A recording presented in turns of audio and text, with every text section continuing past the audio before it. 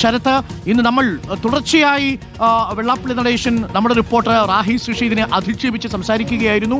തീവ്രവാദി എന്ന് മുദ്രകുത്തിയപ്പോൾ എല്ലാ മാധ്യമപ്രവർത്തകരും, താങ്കളാണ് ആദ്യം ചോദിച്ചത്, മറ്റു മാധ്യമപ്രവർത്തകരും അദ്ദേഹത്തോട് ചോദിച്ചു അതിലെ അപകടം എന്താണെന്ന്. വെള്ളാപ്പള്ളി നടേശനെ നമ്മൾ ബോധ്യപ്പെടുത്താനും ശ്രമിച്ചു. കാരണം അങ്ങനെ ഒരു പ്രസ്താവന നടത്തുന്നത് വലിയ ദോഷം ചെയ്യും എന്നത് പറഞ്ഞു കൊടുത്തിട്ടും വെള്ളാപ്പള്ളി നടേശൻ ആ പ്രസ്താവനയിൽ നിന്ന് പിൻവാങ്ങിയില്ല, അല്ലേ ശരത്?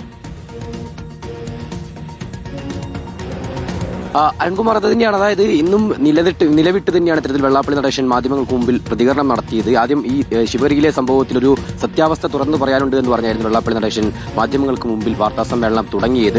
പിന്നീട് റിപ്പോർട്ടർ ടിവിയുടെ റാഹിസ് റഷീദിനെയും അധിക്ഷേപിക്കുന്ന രീതിയിൽ വർഗീയവാദി അല്ലെങ്കിൽ തീവ്രവാദി എന്നുള്ള പദപ്രയോഗങ്ങൾ ഉൾപ്പെടെ ഉപയോഗിച്ചുകൊണ്ടായിരുന്നു വെള്ളാപ്പള്ളി നടേശൻ പ്രതികരണം നടത്തിയത്.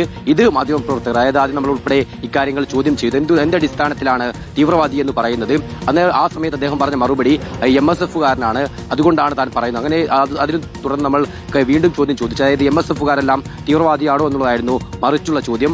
അതാണ് തന്റെ നിലപാട് എന്ന രീതിയിലൊക്കെ അദ്ദേഹം ഈ ചോദ്യത്തിൽ നിന്ന് തീവ്രവാദി എന്ന നിലപാടിൽ താൻ ഉറച്ചു നിൽക്കുന്നു എന്ന് വീണ്ടും ആവർത്തിച്ച് പറയുന്ന സാഹചര്യമാണ് ഉണ്ടായത്. മാത്രമല്ല മാധ്യമപ്രവർത്തകരൊക്കെ തന്നെ അധിക്ഷേപിക്കുകയും റിപ്പോർട്ടർ ടിവിയുടെ മൈക്ക് പലതവണ അവിടെ വെച്ച് ഇത്തരത്തിൽ മൈക്കിന് മുകളിൽ അടിക്കുകയും ഇതെടുത്ത് എറിയുമെന്നടക്കം പ്രകോപനപരമായി പറയുകയും ചെയ്യുന്ന കാഴ്ച കൂടി ഇന്ന് കണ്ടു. ആ രീതിയിൽ ചോദ്യങ്ങളോട് തീർത്തും അസഹിഷ്ണുതാപരമായാണ് വെള്ളാപ്പള്ളി നടേശൻ പ്രതികരണം നടത്തിയത്. എന്നിരുന്നാലും നമ്മളെല്ലാം തന്നെ ഇക്കാര്യത്തിൽ തീവ്രവാദി എന്നുള്ള പ്രയോഗം പിൻവലിക്കണമെന്നാവശ്യപ്പെട്ട് പലതവണ ചോദ്യങ്ങൾ ചോദിച്ചു. അതിന്റെ പ്രശ്നങ്ങളും അതിന്റെ ഭവിഷ്യത്തുകളെ കുറിച്ചും അദ്ദേഹത്തെ വീണ്ടും ഓർമ്മിപ്പിക്കാൻ ശ്രമിച്ചു.